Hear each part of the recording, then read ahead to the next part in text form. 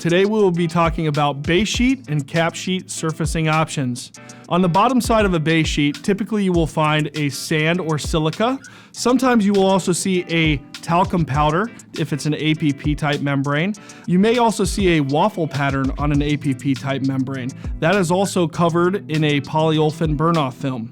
The surfacing will matter depending on what type of application that membrane is going to be installed with.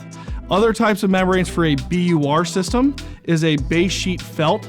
That is typically just a felt membrane. It is just a glass fiber reinforcement that is saturated in a bitumen and used in multi-ply built-up roofing assemblies.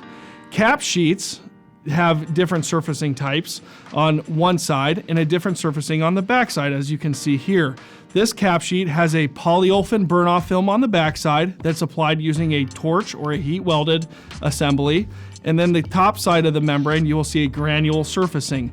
Most modified bitumen membranes or built-up roofing cap sheets will have this type of granule surfacing, whether it be in a solar reflectance bright white or a standard white granule as you see here. There may also be other color options that are available based on the manufacturer and what they offer.